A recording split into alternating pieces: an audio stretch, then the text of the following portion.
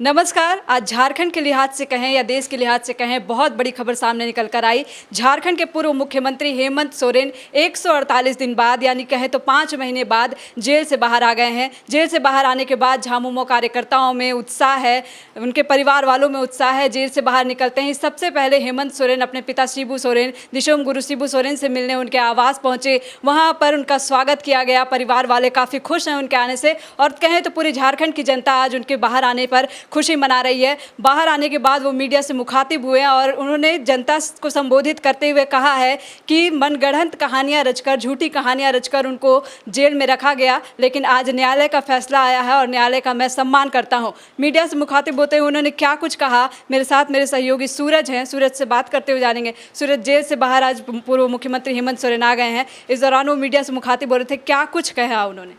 देखिए, सबको इसी बात का इंतजार था कि हेमंत सोरेन जब बाहर आते हैं जेल से तो वो क्या कहते हैं। उनको जमानत मिलने पर 5 महीने जो जेल में रहे उस पूरी अवधि के बारे में, झारखंड की सियासत के बारे में, विपक्ष के बारे में। और एक बार ऐसा लगा था कि शायद वो मीडिया को संबोधित नहीं करेंगे, वक्त लेंगे, लेकिन ऐसा हुआ नहीं। उन्होंने मीडिया को बाकायदा संबोधित किया और तकरीबन सभी सवालों के जवाब दिए।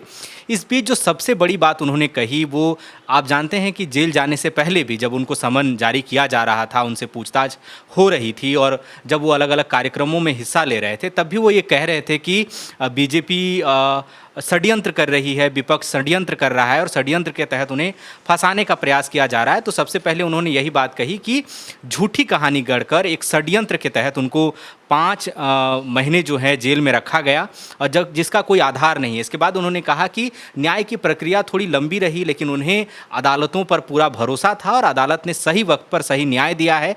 और जो न्याय दिया है, जो हाईकोर्ट ने टिप्पणी की है, उस पर मैं कुछ नहीं कहना चाहता।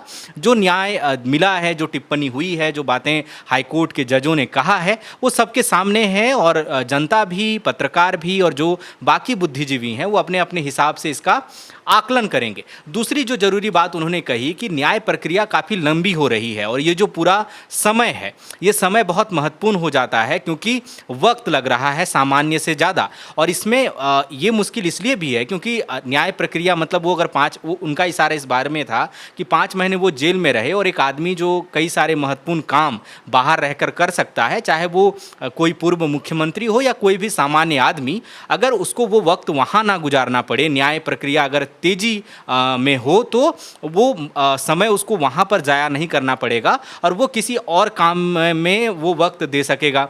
तीसरी जो उन्होंने बड़ी बात ये कही कि जब मैं जेल में था, इस दौरान झारखंड वासियों के लिए एक मुश्किल वक्त रहा है। शायद वो ये कहना चाहते थे कि एक निर्वाचित मुख्यमंत्री, जो सिटिंग मुख्यमंत्री है, वो जेल चला जाता है, फिर नई सरकार का गठन होता है, फिर चुनाव की आचार संहिता लग गई, लोकसभा का चुनाव आ गया, तो कई जो जन कल्याणकारी योजनाएं हैं उस पर एक तरह से ब्रेक लगता है, वो धीमा हो जाता है और इससे जनता को परेशानी होती है।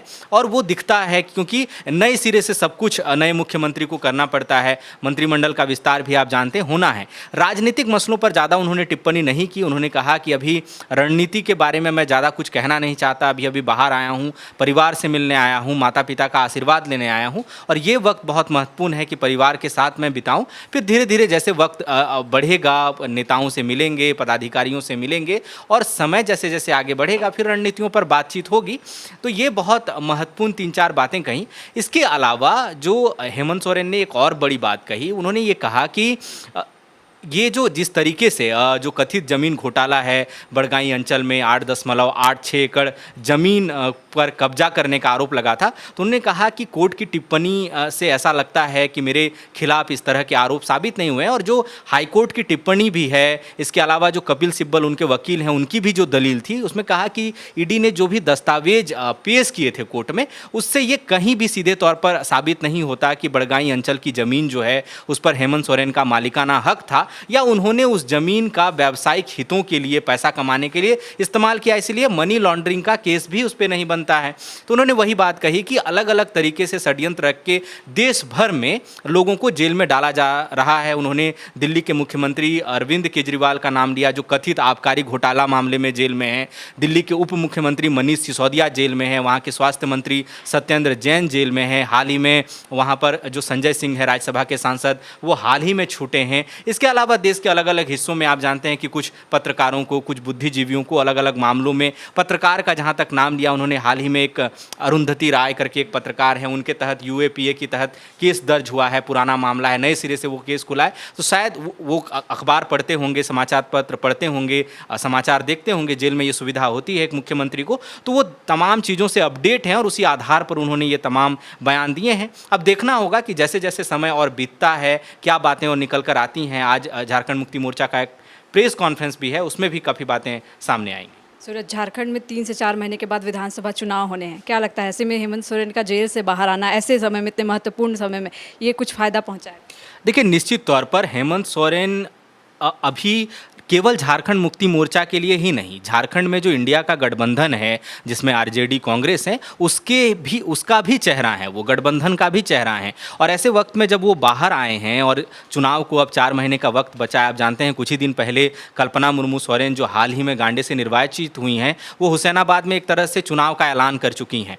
लेकिन हेमंत सोरेन की गैर मौजूदगी में कहीं ना कहीं थोड़ा सा एक कमी खलती थी, तो वो कमी अब पूरी हो जाएगी और मनोबल जो है वो 7वें आसमान पर होगा। अब झारखंड मुक्ति मोर्चा के जो समर्थक हैं, कार्यकर्ता हैं, और उसका जो बल है वो बाकी जो आरजेडी और कांग्रेस है उनके कार्यकर्ताओं तक भी पहुंचेगा। क्योंकि आप जानते हैं कि 5 महीने जेल में थे हेमंत सोरेन, इसके बावजूद भी जो रणनीति संगठन की तरफ से, गठबंधन की तरफ से जो बन रही थी, उसमें कहीं ना कहीं उनका मार्गदर्शन होता था। चुनाव में भी कल्पना मुर्मू सोरेन जो मंचों पर बोल रही थी, वो कहीं ना कहीं एक तरह से हेमंत सोरेन की आवाज़ बनकर जनता के बीच जा रही थी। और अब हेमंत सोरेन खुद मैदान में होंगे, खुद चुनाव प्रचार में होंगे, तो झारखंड मुक्ति मोर्चा के लिए अब ये स्थिति हो गई कि कल्पना मुर्मू सोरेन हेमंत सोरेन के रहते कभी भी सियासी मंचों पर नज़र नहीं आती थी, लेकिन अब क्या है कि दोनों एक साथ मंच साझा करेंगे, तो झारखंड मुक्ति मोर्चा के लिए ये 1 से भले 2 वाली बात हो जाएगी या 1-1 मिलाकर 11 वाली बात हो जाएगी, तो ये बहुत मजबूत स्थिति होगी।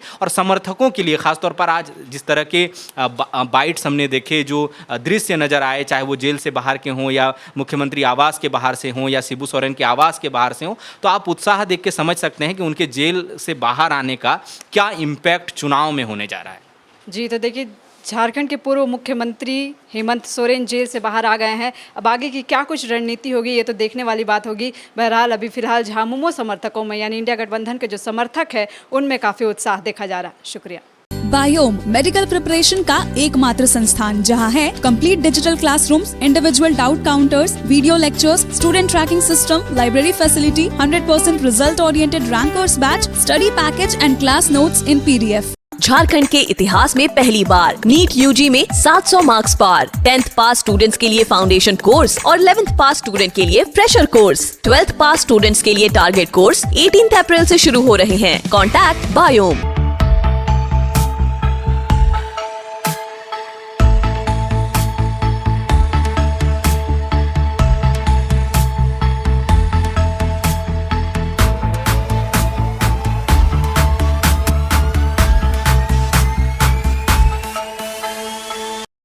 thefollowup.in. Like, share, and subscribe. www.thefollowup.in